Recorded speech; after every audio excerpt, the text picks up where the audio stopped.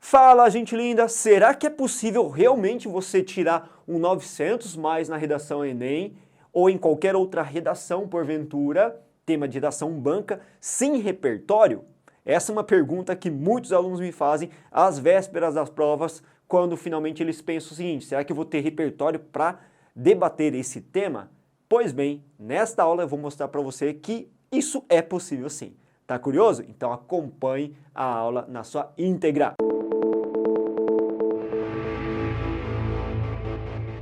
Fala, gente linda! Com certeza vocês estão bem ansiosos para saber como a gente faz uma redação 900 mais no Enem ou uma nota muito boa atingida em outras bancas vestibulares sem repertório.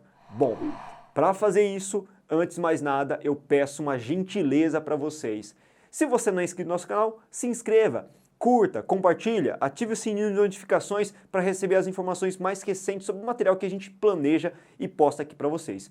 Com certeza dessa forma vocês ajudam demais a gente e a gente precisa bastante, afinal de contas estamos começando o nosso trabalho e para estimular cada vez um trabalho melhor, mais amplo e plural, eu peço a gentileza, a ajuda de vocês. Valeu? Agora, dando continuidade ao nosso conteúdo aqui, vale lembrar que o Enem ele avalia a existência de um repertório sociocultural produtivo muito bem contextualizado ao tema na competência número 2. Só e somente nesta competência. Se porventura você não inserir nenhum repertório, você perde 80 pontos nesta competência que vale de 0 a 200.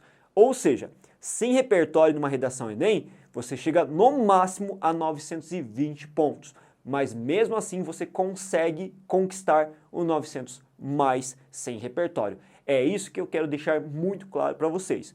Ou seja, uma vez que você não traga um repertório, você tem que garantir que as outras competências, os outros critérios sejam muito bem desenvolvidos. Caso contrário, a gente não consegue realmente superar a barreira dos 900 mais. Mas sim, isso é plenamente possível. E isso cabe também para outras demandas de bancas vestibulares. Uma vez que você não traga repertório, você tem que garantir que a sua construção linguística, a questão da produção de texto no projeto de texto seja muito bem efetivado. Mas é possível sim. No caso especificamente do Enem, eu tenho uma sugestão infalível de estrutura, caso você não tenha, como a gente colocou, um repertório em mãos. Qual é essa estrutura? Editor, sobe para mim essa estrutura, por favor. Você vai pensar em desenvolver um texto dissertativo em 4 parágrafos, ok? Um para a introdução, um para o desenvolvimento 1, desenvolvimento 2 e a conclusão por meio de uma intervenção. Vale lembrar ainda que o meu desenvolvimento 1 vai ser pautado em cima de uma dilemática das causas do problema. E o segundo, D2, vai funcionar em cima das consequências do problema.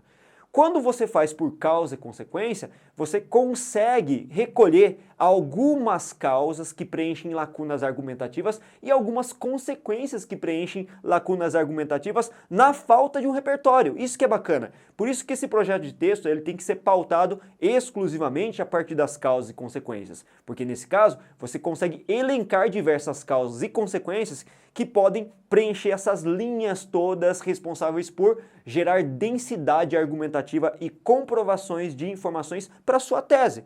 Então pensem sempre em fazer uma relação de causa e consequência nesse caso. Mas para não deixar ninguém desamparado, o que a gente faz? Nós da Corrige-me sempre trazemos modelos de redação para você aprender com essa questão estrutural. Então eu trouxe para vocês nesse caso, olha só, o tema de redação, estigmas associados às doenças mentais na sociedade brasileira, como vocês podem ver aqui embaixo, o tema de redação 2020, beleza? E em cima desse tema eu vou desenvolver parágrafo a parágrafo com você, e aí você vai anotar bonitinho e vai aprender com certeza a ter essa estratégia na manga.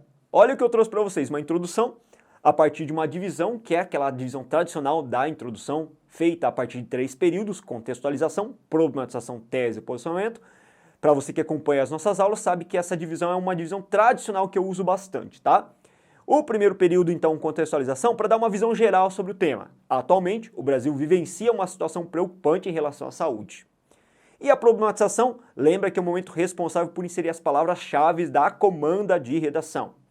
Isso se agrava mais ao se constatar que as doenças mentais são invisibilizadas e estigmatizadas por grande parte da sociedade. E o último período, a tese do posicionamento, é o momento em que a gente insere as tratativas do que a gente pretende fazer ao longo do nosso texto, do desenvolvimento 1, 2 e na conclusão. Nesse sentido, é crucial que o dilema seja analisado a fim de propor medidas capazes de revertê-lo. Veja que genericamente a gente abordou que vai analisar o dilema, que é a nossa pretensão do desenvolvimento. Já na conclusão, inserir a minha intervenção, beleza? Vocês perceberam que a gente não inseriu nenhum tipo de repertório na introdução? Então é essa a dica que eu dou para vocês, mas garanta que a contextualização, que é esse primeiro período da introdução, dê uma visão bem ampla e genérica do assunto, até para familiarizar o corretor sobre o que você vai tratar dentro do decorrer da linha argumentativa, beleza? A gente vai continuar com o desenvolvimento 1, mas agora a gente vai falar das causas do problema, lembra? Toda a temática de produção de redação Enem envolve um problema social que tem causas, várias causas, aliás, e várias consequências para a sociedade. Então não vai ser um problema você encontrar essas causas e nem mesmo encontrar essas consequências que são bem visíveis. Editor, só para mim o outro slide do desenvolvimento 1 das causas. Dá uma olhadinha aí, gente, que eu dividi o nosso parágrafo em 4 períodos. Tópico frasal no primeiro período, causa 1, causa 2 e no último período fechamento. Vamos ver? De início é fundamental averiguar as causas que perpetuam o problema. Veja que o nosso tópico frasal é muito claro, muito evidente, né? Muito objetivo. Vamos falar das causas. Como está no plural, o meu compromisso aqui é falar pelo menos 2 causas. O preconceito advém de uma herança histórica, visto que as doenças mentais por muito tempo eram colocadas como distúrbios incuráveis, muitas vezes associados ao universo sobrenatural, por conta do imaginário popular. Ademais, ainda hoje, elas são vistas como excessos, como estados emocionais facilmente superados pelo teor passageiro em adolescentes. Logo, é muito importante que o quadro possa ser revertido a partir de políticas públicas adequadas. O que vocês perceberam aí? Vocês perceberam que a gente introduz um tópico frasal e esse tópico frasal se encarrega de delimitar o parágrafo para levantar as causas. Como está no plural, lá lembrar, eu me comprometo a colocar pelo menos 2 causas. Uma das causas levantadas é o preconceito advindo... Nossa, falei preconceito errado, hein? Feio, hein? Professor de português falando errado é complicadíssimo, mas ó... Garganta seca. Bora lá. O preconceito é um fator histórico que causa, que leva justamente à estigmatização dos doentes mentais. Além disso, lembra, a sociedade taxa como frescura, esse é outro fator. Eu trouxe 2 causas, uma causa histórica e uma causa que é social, que é do plano atual em relação ao estigma das doenças mentais. Editor, sobe para mim o segundo parágrafo neste momento. Veja que a estrutura é a mesma praticamente, galerinha. Tópico frasal, consequência 1, 2 e fechamento. Sempre nessa tratativa. Por que não inserir mais uma consequência? Porque mais uma consequência geraria um texto excessivamente longo e de repente não caberia e extrapolaria os nossos limites das linhas disponíveis. Vamos ver? Olha o nosso tópico frasal. Além disso, os estigmas associados às doenças mentais provocam sérias consequências ao corpo social. Eu deixei claramente que eu vou abordar as consequências aí, né? A exemplo disso, infelizmente, muitos brasileiros deixam de ter um tratamento adequado e, uma vez desassistidos pelo Estado, sofrem silenciosamente, o que agrava ainda mais o quadro dos pacientes. Soma-se a isso que o preconceito inibe a busca por ajuda, já que familiares e amigos, por vezes, tratam do impasse como se fosse algo simplório. Assim, condenam-se muitos à marginalização e invisibilização pelo governo. Olha o que a gente tratou, 2 consequências. A primeira falando que eles deixam de buscar essa assistência dada pelo preconceito já mencionado nas causas do parágrafo anterior. Isso, consequentemente, vai levar também ao fato de muitas doenças serem ainda mais agravadas e o estado de saúde dessas pessoas se torna mais debilitado ainda. Veja então que de fato a gente levanta essas características e dá margem a um preenchimento de lacunas que deveriam ter sido utilizados pelo repertório. Como não há, a gente construiu a partir da soma de consequências, de soma de causas também. E para fechar, na nossa conclusão não seria diferente. A gente não vai trazer nenhum repertório, mas eu fiz questão de gerir uma conclusão com uma intervenção completa para vocês. Editor, só para minha conclusão a gente vai ler junto. Portanto, constata-se que os estigmas associados às doenças mentais representam um grande risco à sociedade. Faz-se, pois, imperativo que o Ministério da Saúde, órgão governamental responsável pela adoção de políticas públicas no setor da saúde, promova campanhas de conscientização a fim de minorar o preconceito.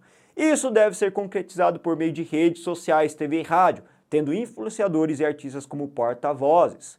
Assim, a médio prazo, será possível conceder um tratamento digno aos brasileiros.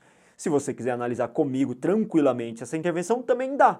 Veja que, num primeiro período, a gente colocou, portanto, que é um conectivo conclusivo, mais a retomada da tese, que é justamente sobre os estigmas associados às doenças mentais na sociedade brasileira.